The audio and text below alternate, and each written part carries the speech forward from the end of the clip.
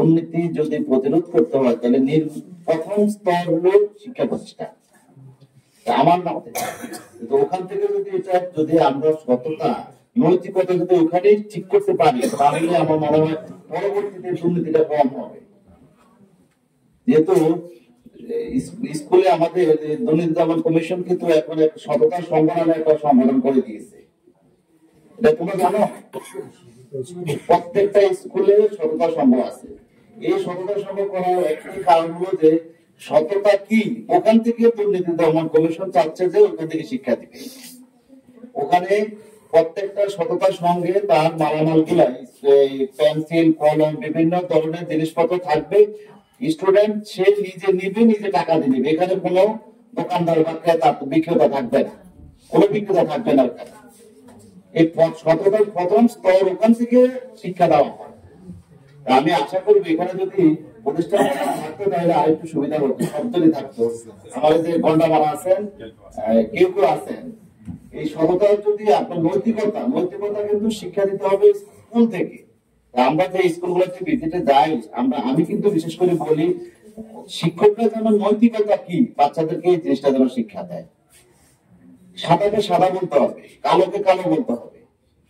আমার যদি এই জিনিসটা বলা যদি শিক্ষা না দেওয়া হয় নিজ থেকে, যেমন একটা স্টুডেন্টকে যদি তার শিক্ষক বলে যে ভুল শিখায়, তখন কিন্তু এই বাচ্চা বাড়িতে যায় যদি তার মা বাবা যেটাই বলে যে আমার স্যার বলছে যে এটা সঠিক, তার মানে স্যারকে এত বিশ্বাস করে।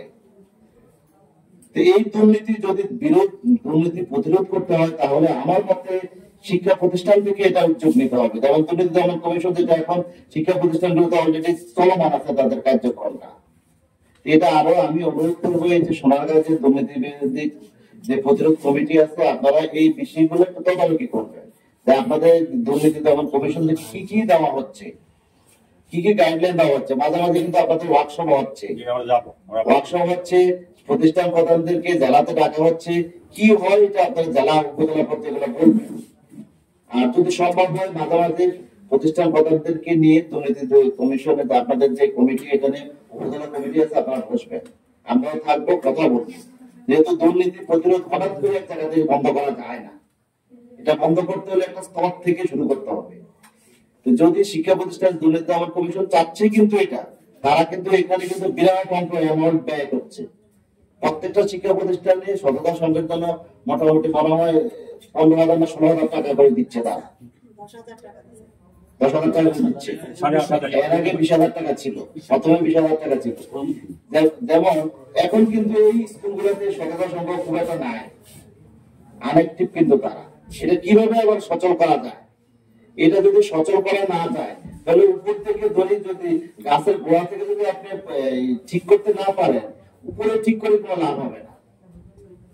শিক্ষা দিতে হবে শিক্ষা প্রতিষ্ঠান থেকে যে দুর্নীতি করলে কি হবে, দুর্নীতিটা কি, সততাটা কি, এগুলো শিখতে হবে তাদেরকে।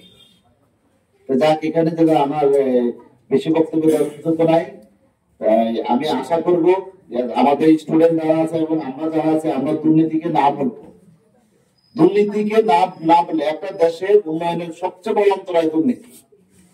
হাজার হাজার কোটি টাকা দুর্নীতি হচ্ছে, দুর্নীতির কারণেই কিন্তু উন্নয়ন হচ্ছে না।